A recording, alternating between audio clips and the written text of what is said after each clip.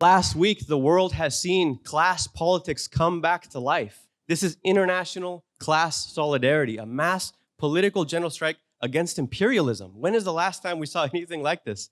Certainly, it's been generations. And it's worth taking a moment to consider the scale of these remarkable events. You had 2 million people last Friday across 100 cities in Italy. Every major city and even small cities had massive demonstrations. And it's not just protests and marches. You have hundreds of thousands of people in the street, but it's the working class moving and seizing control of the means of production, essentially. They're talking about blocking every harbor in Italy and the dock workers deciding what ships come, what ships get to dock, what ships don't. They're making the decisions. Insieme al nostro sindacato USB, insieme a tutti i lavoratori portuali che ci stanno, insieme a tutta la città di Genova, da questa regione escono 13-14 mila container all'anno per Israele.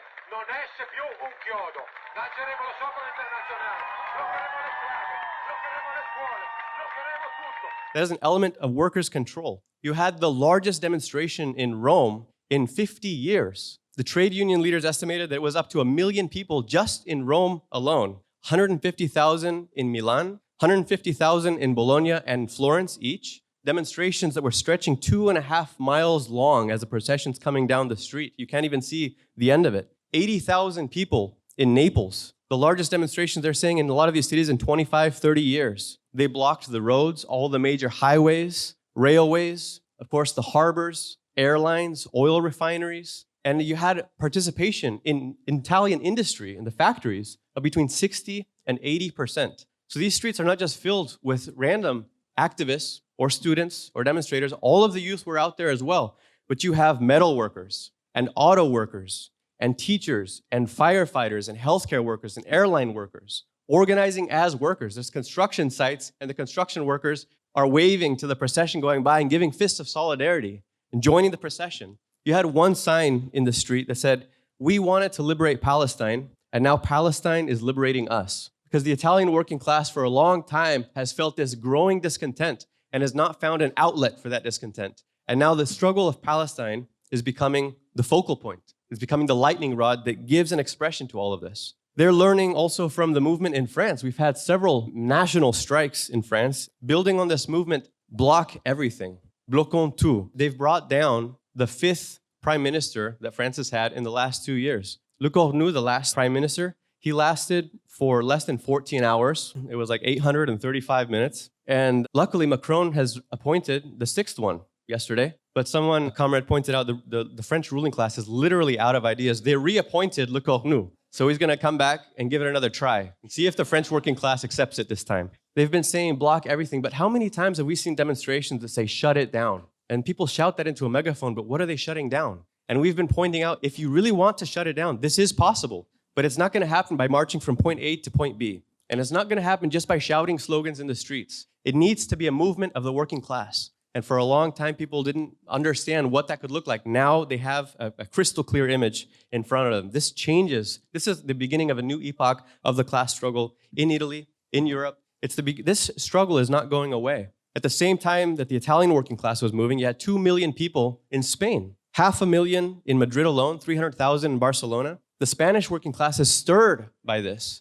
The youth are moving. 82% of the Spanish population recognizes Israel's actions in Gaza as a genocide. This is the shift of public opinion dramatically on a global scale. Netherlands, in Amsterdam, that's a city within city limits, you have less than 1 million people. You had 250,000 demonstrating in Amsterdam. The drone footage, they call this the red line. If you look at the image, it gives you goosebumps. 250,000 people all wearing red as well. A massive, massive demonstration. And it's not just in a couple of these cities. Hundreds of thousands more in Ireland, Austria, Germany, Belgium, Denmark, Bulgaria, Finland, Poland, Portugal, Switzerland, Romania, Greece, Turkey, Morocco, Tunisia, Malaysia, Indonesia. I'm not talking about the last couple years or the last month. I'm talking about last Friday. A massive, massive demonstration in response. I mean, the tipping point was the IDF's attack on the global Sumud Gaza Solidarity Flotilla that was trying to break Israel's blockade and deliver humanitarian aid. I think you all know that the IDF seized the boats and arrested 450 activists from 44 countries, brutalized these activists. They denied them food and water. You know, Greta Thunberg and a lot of other public figures were on these. And the IDF soldiers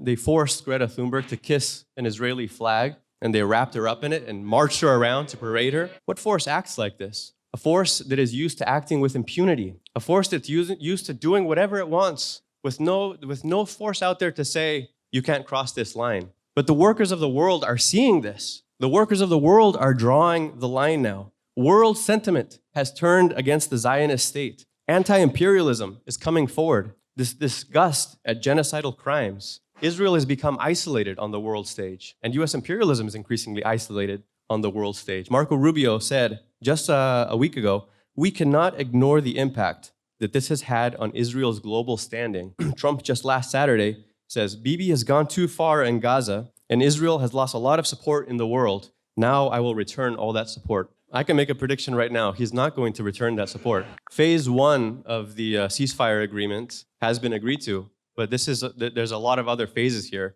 Phase 1 has been the easy part. There's no guarantee that this is going to carry out. And certainly what it doesn't guarantee is that there's going to be any resolution or any stability in the region. The question of the oppression of the Palestinian people has not been resolved. But the Italian working class has showed the world that this is a working class issue. This is not just some faraway crime against humanity to be decried in humanitarian terms. This is part of a class war that is being waged against the workers of the world because every Western government, and many beyond, are aiding and abetting Israel's crimes while they are attacking the workers at home. Suffering at home is allowing suffering abroad to take place. And the dock workers pointed this out. They said, we have the power. Actually, the Italian dock workers organized an international meeting of dock workers of the rest of Europe and said, we have it in our power to decide what docks, what gets shipped, what gets loaded, and what doesn't. And so they're making it a working class issue. This is a remarkable confirmation of the perspectives of this international because they're showing that in practice, these are the methods that we've advocated. It shows that all along what was needed was a spark, some organized force to say, this is the way that we can mobilize. This is the power of the working class. Here's how we use it. And they gave the right call at the right time.